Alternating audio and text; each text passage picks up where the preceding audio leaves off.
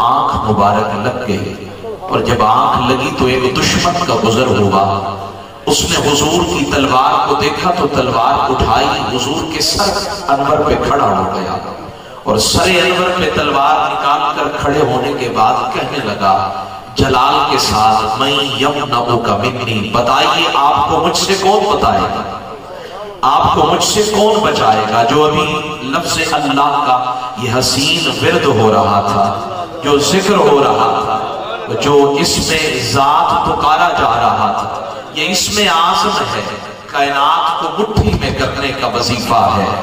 لفظ اللہ جو ہے یہ رب کا اس میں ذاتی ہے، اور اس کے اندر ساری کائنات کی خوبیاں آ جاتی ہیں۔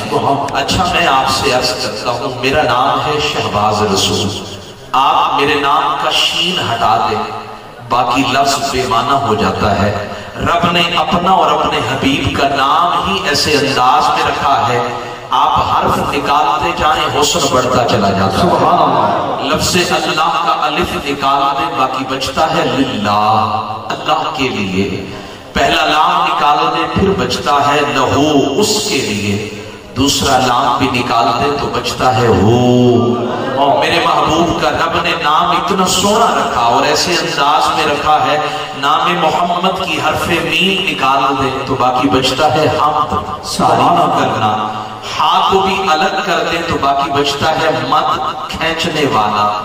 اگر میم کو بھی الگ کر دے باقی بچتا ہے دال، دلالت کرنے والا، رہنمائی کرنے والا۔ تو میرے رب کے نام کا جو ابھی ورد زبان پر جاری تھا اور ایک سما تھا، لگتا تھا کہ ابھی جو ہے کلیجہ منہ کو آ جائے گا، وہ سما اتنا حسین اور دلکش تھا کہ اس زمین پر بیٹھ کر خالق کا ذکر کیا جا رہا ہے، بے خودی طاری ہے، اور ہم اپنے رب کو پکار رہے ہیں۔ میرا رب فرماتا ہے تو مجھے پکار کر دے، میری رحمت دوڑ کے آئے، سبحان اللہ، میری رحمت دوڑ کے آئے گی۔ تو فرماتے ہیں اللہ کی عزت کی قسم ہے، جب اس نے تلوار نکال کر کہا نا کہ میں یمنعک منی، بتاؤ تمہیں مجھ سے کون بچائے گا، تو اور کوئی ہوتا تو شاید کہ ہوش ٹھکانے نہ رہتے، جسم پر کپ کپی طاری ہو جاتی، لیکن میرے محبوب بہادروں کے سردار تھے، سبحان اللہ۔ میرے آقا سید العالمین صلی اللہ تعالیٰ علیہ وسلم نے انتہائی تحمل کے ساتھ، بردباری کے ساتھ، صبر کے ساتھ، برداشت کے ساتھ اور انتہائی باوقار انداز میں ایک جملہ بولا، اور اس ساری محفل کا خلاصہ ہے۔ میرے آقا نے میٹھے لہجے میں فرمایا اللہ، وہ ہاتھ سفار میں لے کر، تلوار ہاتھ میں لے کر کھڑا ہے، اور پتہ نہیں ہے کہ ابھی کیا ہو جائے، ہمیں تو کوئی دھمکی بھی دے دے تو ہوش ٹھکانے نہیں رہ جاتے، گولی چل جائے تو پھر تو کچھ بچتا ہی نہیں ہے نا جی، پسینے سے شرابور ہو جاتے ہیں۔ وہ تلوار ہاتھ میں لے کر کھڑا ہے، اسے نہیں پتا کہ میں سید العالمین کے سامنے کھڑا ہوں، میں زہرا کے بابا کے سامنے کھڑا ہوں۔ وہ کہتا میں یمنعک منی، بتائیے نا آپ کو مجھ سے کون بچائے گا۔ یہ سبق میرے لیے ہے، آپ سب کے لیے ہے۔ میرے آقا نے انتہائی شیریں لہجے میں فرمایا اللہ۔ تو اگر ایک کہتے ہیں آپ اللہ اور ایک میں کہتا ہوں اللہ، میرا اور آپ کا کہنا بھی اعلیٰ ہے، لیکن جب رب کا سونا حبیب لفظ اللہ کا ہے تو ہم اس کا شان ہی اعلیٰ ہے، اس کا کہنا الگ ہی ہے۔ جب میرے محبوب نے فرمایا اللہ تو وہ لہجے میں ایک گرج تھی، لہجے میں ایک جو ہے نا جی بہادری کا رنگ نمایاں تھا۔ یہ لفظ کہنا تھا کہ سقط السیف من یدہ، اس دشمن کے ہاتھ سے تلوار چھوٹ کر زمین پہ گر گئی۔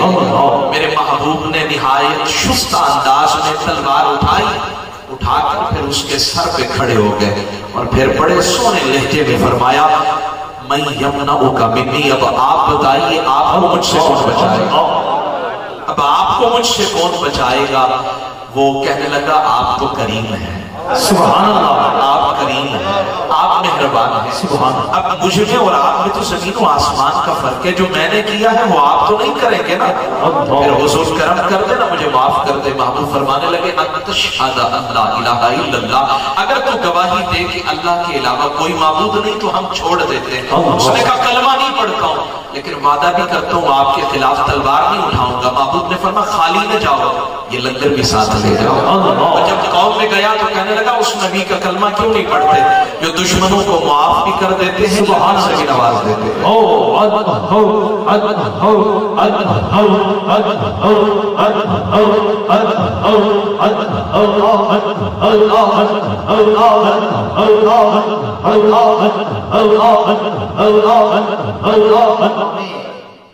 امام حلبی رحمت اللہ علیہ سیرت الحلبیہ میں فرماتے ہیں کہ وہ انہو صلی اللہ علیہ وآلہ وسلم، وہ ایک شخص میرے آقا کی بارگاہ میں آیا اور اس نے طلب کر دی، ڈیمانڈ کر دی، کہنے لگا لا اؤمن بکا، میں آپ پر بالکل ایمان نہیں لاؤں گا۔ اب بھری مجلس میں جانثاروں کے سامنے کوئی کہہ رہا ہو کہ میں آپ کو نہیں مانتا، میں آپ کو تسلیم نہیں کرتا، میں آپ کی عظمت کو نہیں مانتا، آپ پر ایمان نہیں لاؤں گا، ایک راستہ ہے ایمان لانے کا، حتیٰ تحیی لی بنتی، میری ایک پیاری سی بیٹی تھی، چاند جیسی بیٹی تھی، وہ انتقال کر گئی، میرے دل کے ارمان تھے کہ اس کے ہاتھوں پہ مہندی لگاؤں گا، اس کو چاند جیسی دلہن بناؤں گا اور پھر اسے پیا کے گھر بھیجوں گا۔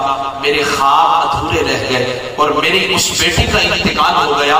وہ میں نے ایک شعر میں پڑھتا ہوں کہ ابھی جام عمر بھرا نہ تھا، کفے دست ساقی چھلک پڑا، رہی دل کی دل میں حسرتیں کے نشان خزانے مٹا دیا۔ انسان سوچتا کیا ہے اور ہوتا کیا ہے؟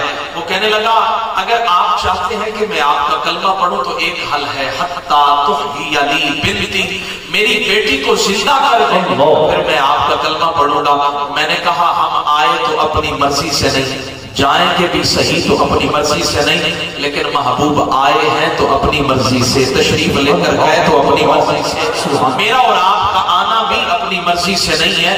میرے محبوب آئے تھے تو شان سے آئے تھے اور تشریف لے کر گئے تو شان سے گئے۔ میرے محبوب علیہ السلام کی بارگاہ میں جب اس نے یہ جملہ بولا اس نے سمجھا یہ ناممکن ہے، محال ہے۔ محبوب نے فرمایا نبی کے ہاں کوئی چیز ناممکن نہیں ہوتی ہے، نبی کے ہاں کوئی چیز محال نہیں ہوتی ہے۔ تو سمجھتا ہے کہ جو چلا گیا وہ لوٹ کے نہیں آئے گا، جو قبر کے سپرد کر دیا گیا وہ لوٹ کے نہیں آئے گا، قاعدہ یہی ہے۔ لیکن جب بات ہماری ہو تو رب قاعدہ بھی تبدیل فرما دیتا ہے، رب تقدیر بھی تبدیل فرما دیتا ہے۔ محبوب فرمانے لگے آرینی قبرہا، چلو پھر اس کی قبر پہ لے چلو۔ اس نے حضور کا ہاتھ پکڑا، فَأَرَاهُ قَبْرَهَا، حضور کو اس قبر پہ لے گیا۔ میرے محبوب نے اس بچی کو مخاطب کر کے فرمایا یا فلانہ، بس محبوب کے لہجے کی یہ خوبصورت آواز جب قبر کے اندر گئی نا تو مائی صاحبہ نے اس بچی نے قبر کے اندر سے جواب دیا لبیک وسعدیک، محبوب میں حاضر ہوں، محبوب میں حاضر ہوں، محبوب میں قربان جاؤں کہ آپ نے مجھے پکارا ہے، مجھے یاد فرمایا ہے، لبیک میں حاضر ہوں، وسعدیک ساری وقت آپ کے لیے، ساری عظمتیں آپ کے لیے۔ محبوب نے فرمایا اتحبین ان ترجعی الی الدنیا، وہیں رہنا چاہتی ہے یا پھر دنیا کی طرف آنا چاہتی ہے؟ اب اس نے جو جملہ بولا یہ بھی آج کی محفل کا لب لباب ہے۔ اس نے جواب